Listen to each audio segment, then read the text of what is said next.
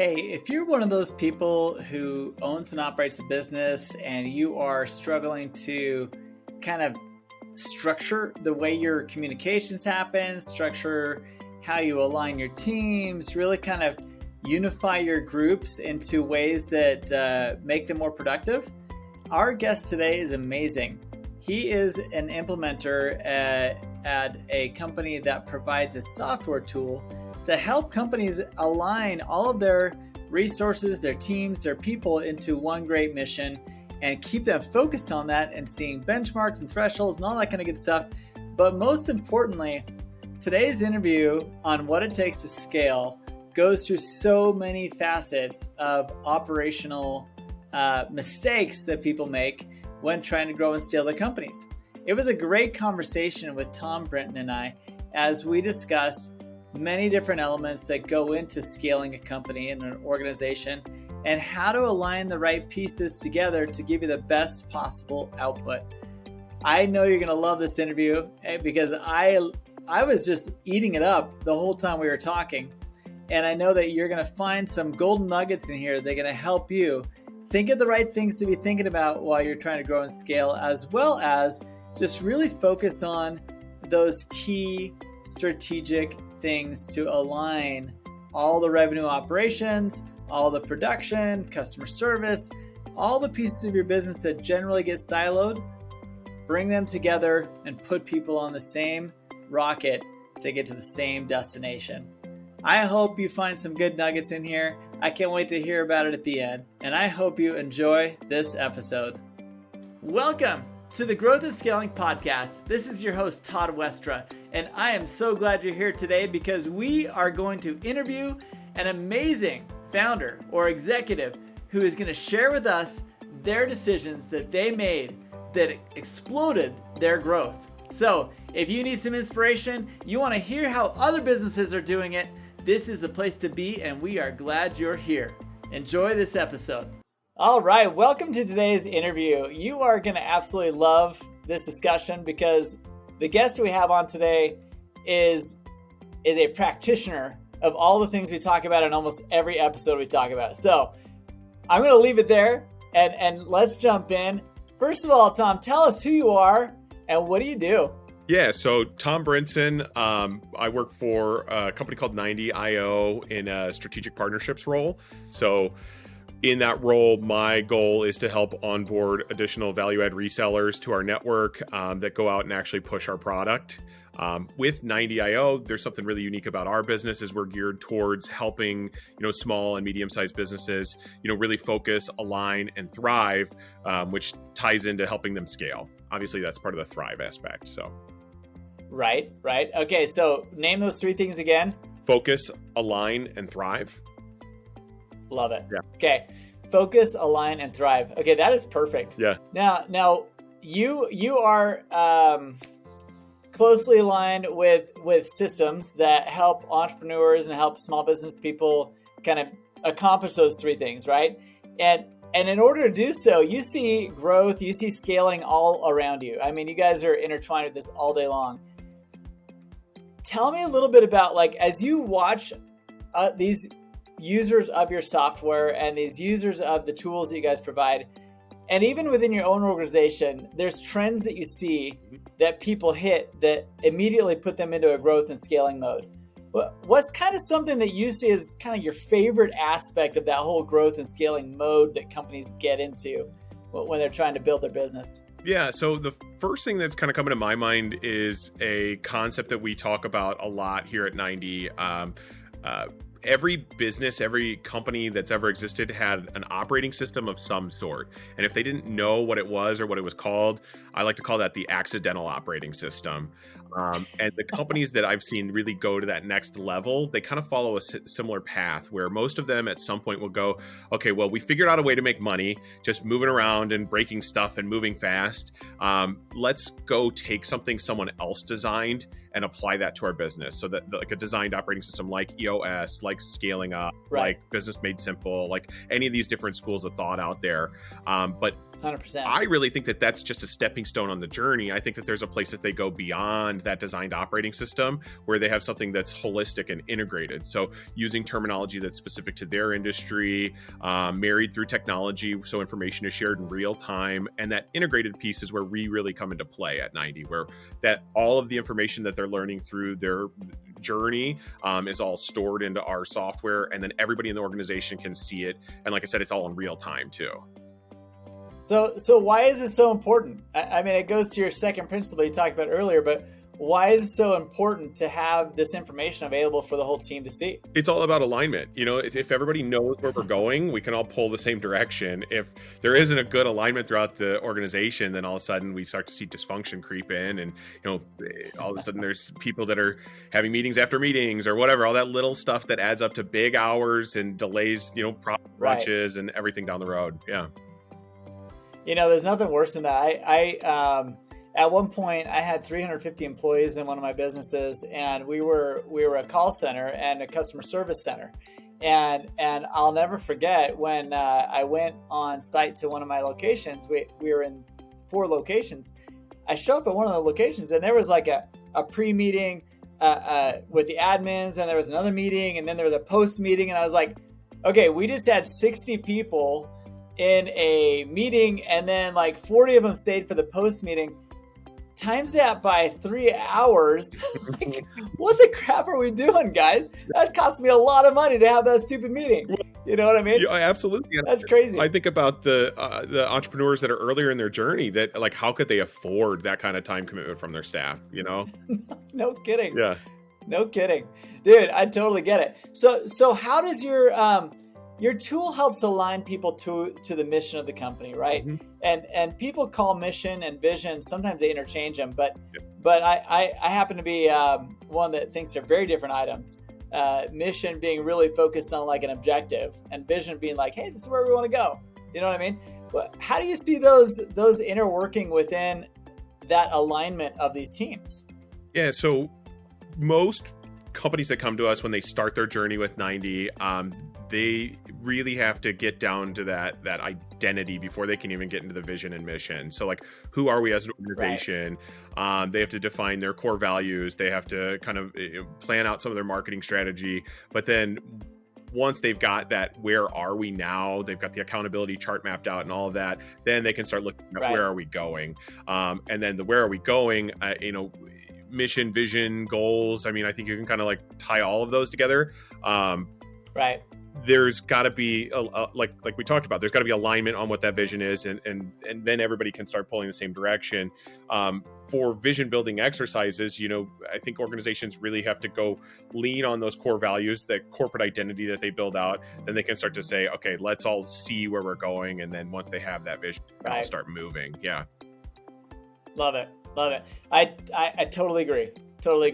So if you're a business out there who's listening and you are thinking, it's just all fluff stuff, like core values, mission statements, that doesn't really matter. I'm delivering a product to my clients. Mm-hmm. What do you say to those guys? If that's all they're trying to do, just deliver a product to clients, then I generally try not to talk to those people. I want to talk to CEOs that want to build a great business. If they don't build a great business, then they're probably not a great candidate to work with 90 and work with me. Right. Yeah. Right. I love it. That's such a good answer. And you answered 2 things at once right there. Not only did you answer how to qualify someone who's really serious about growth and scaling, because in my opinion, if you are not completely aligned with your whole team, mm-hmm. and they don't know where you're going, the productivity is it's so poor. Yeah. I was part of an organization about 1.5 years ago. I went as a fractional CMO and was helping them kind of nurture and grow their whole messaging strategy and things like that. I tell you what, I interviewed all the executive team. I interviewed some of the clients, and I said, how clear are you on what they're trying to deliver to you? And nobody knew. It was yeah, we're just kind of using their tool. I'm like, yeah, but anyway, it was the most awkward conversation with almost everybody on the team because they didn't have that collective vision where they knew where they were pulling the company to. Absolutely. And so I've kind of got a similar story where So before 90, I worked at a couple different real tech startups. One of them was delivering discount listing services nationwide. One of them was delivering transaction coordination services to the agents to help support them. And I'm not going to name drop because I've got positive things to say about one organization and less than positive things to say about the other. But okay, fair enough. One and being, employee number 9, and I brought a lot of the stuff that I was reading with me, and I had this awesome leadership team that I was a part of that was super receptive to all these concepts. We got really dialed in on, on working on the business. And then the other organization, I saw what it felt like when the leadership team wasn't aligned. We spent all of our time, working in the business. We never took a step back to say, where are we going? We did a bunch of foolish acquisitions that we thought were bolt-ons, but they were really just like pulling us away from our core focus. And seeing those two next to each other was the catalyst for me to join 90. I came out of that second experience and I started going through my Rolodex. I knew 90. I knew the EOS process, all that. And I called my friend that I saw was working here and I said, what do I have to do to get this job? And just begged for an interview. Yeah. That's awesome. Yeah. All right. So as you help other businesses with this, and it sounds like you just listed two with very distinct differences in their approach and how they were their trajectory. What do you see as the biggest challenge that most businesses have in their growth and scaling? And what have you seen within your own organization that you look at and be like, man, we keep hitting this wall? Like, what is that most common wall that you see? I think people is the biggest challenge that most organizations face. Even at 90, we are big proponents of eating our own cooking. We still, as we scale, and I think this is just a natural progression for any business that's scaling. We grew 93% year over year, and silos start to form. We added 60 plus people to our headcount. There's no way that there's not going to be compartmentalization of information. And one of the ways that we really work through that is we make it a big priority to get the team together in person periodically. So probably every other quarter or more frequently if we can. We also have highly structured meetings, weekly meetings where they have an agenda and we check boxes, we go through, get everything done, make sure the information's all shared that way.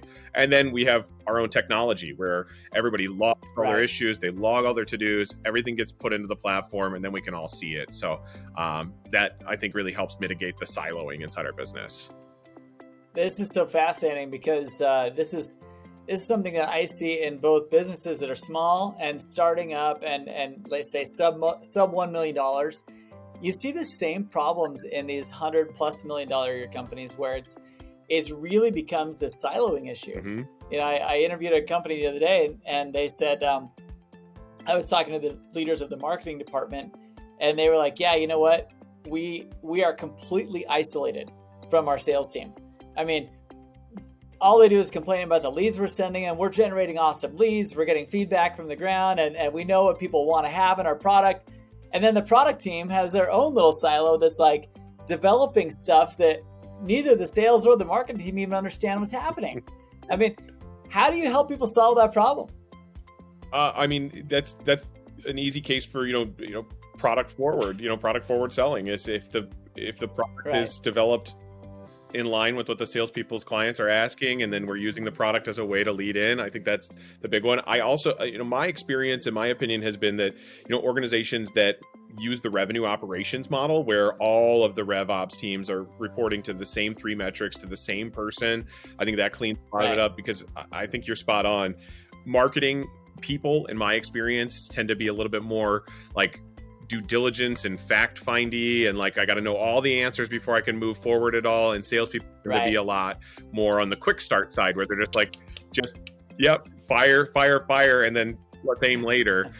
So there's a natural conflict between those two teams. But having one boss that they all report to, and having let's say 3 scorecard metrics that they're all responsible for. I'm going to include CS in this too. I love it. Those are our 3 numbers. We got to hit them or we don't get our money. We don't get our bonus, and it pulls people together because they have that aligned goal. I love that. Yeah. Now, aligning those 3 teams is probably one of the biggest challenges in any organization, even in little business. I've seen it happen where, in my own, when I was in my 20s, I had a partner who had a great little business, and we were doing the same thing. We kept hitting certain metrics. We were growing. And whenever we get into this range, I think at the time it was like a $7 to $8 million range, we were less profitable than we were at 5 to 6 million. And we thought, oh, we really want to be in like the 20 million range. Every time we would grow and scale, our efficiencies went down. And so our goals were split off because we now had this customer service director. We had different roles that we didn't know how to operate in. Mm-hmm. And we just weren't good at operating in a bigger silo. Well, we got siloed. And that's where we kind of fell apart in our quality control. And so we were more profitable with smaller. But what do you tell people? I mean, growth isn't something for everybody. As you look at certain vertical types, what do you see are the primary signs that, hey, you know what?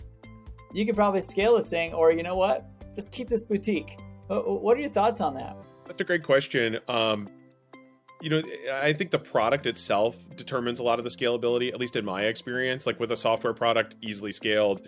With a, like a landscaper, you're going to have a lot harder scaling up to, 10,000 customers, because you just, you have to go buy equipment, you have to bring on people, overhead. I just think that certain verticals are probably easier to scale because they're, the product costs are, they're static as you continue to grow.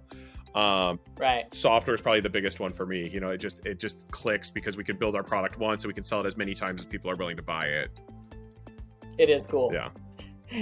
I think every service provider gets jealous of the software guys because it is so replicatable and it's so simple that way. But very cool stuff. So as you are looking around in your like sphere of people that I guess when you're in your network and you look around and you're getting really frustrated with your company, you're getting really frustrated with like something that keeps hitting you guys in your ability to grow and scale. Is there someone that you look at in your network that you think, oh man, that guy just inspired me, or that woman just inspired my ability to keep moving forward and kind of work around this problem to grow and scale? Yeah, I mean, I've got some really, really incredible partners that have really taught me a lot of different things. A couple that come to the front of my mind. I've got a friend of mine, Kyle Christensen, who's with K7 Consulting, Pinnacle Business Guide, former EOSI, that I've leveraged, his insights in a number of different ways. I bounce ideas off him all the time. Cool. Another fellow that I'm thinking of, a guy here local in town named John Gross, who's an active EOS implementer that I've been able to leverage his insights on a regular basis.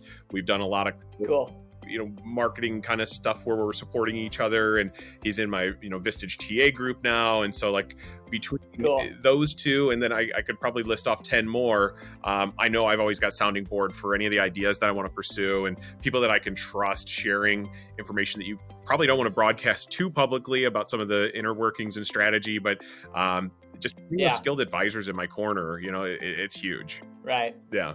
Right. That's awesome, dude. I love it.